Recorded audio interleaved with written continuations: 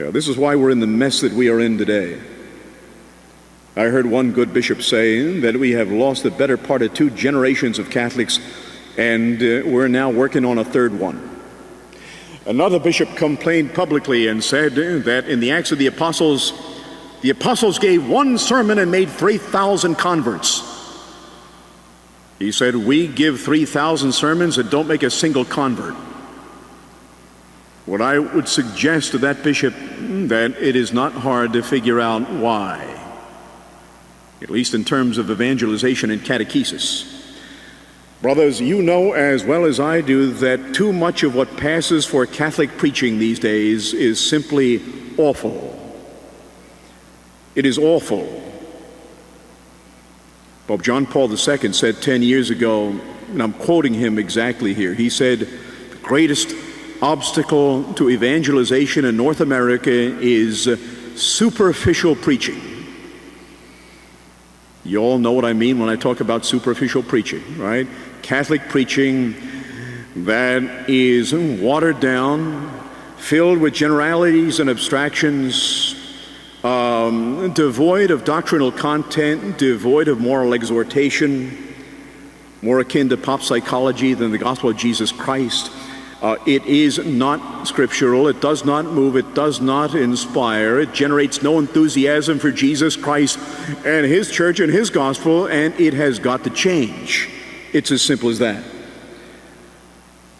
Bishop Sheen, in his retreat conferences, used to say, strong love makes strong actions, and the measure of our zeal in bringing souls to the feet of Christ is the measure of our love for Him.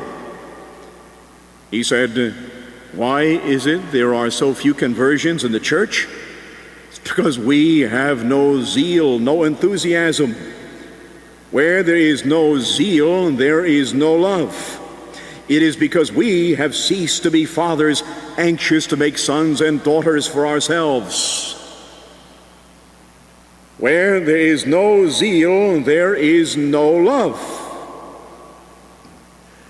Now, after 15 years, more than 15 years on the road preaching, I can tell you, everywhere that I have gone, Catholics that I have met have told me in no uncertain terms that they are sick and tired of lukewarm, watered-down Catholicism.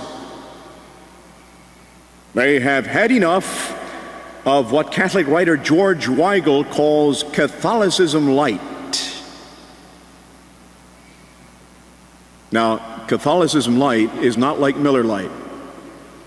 Remember the old beer commercial? Tastes great, less filling. Well, Catholicism light is less filling, all right, but it doesn't taste great. In fact, it is sickening. It is nauseating. Jesus said, how I wish you were either hot or cold.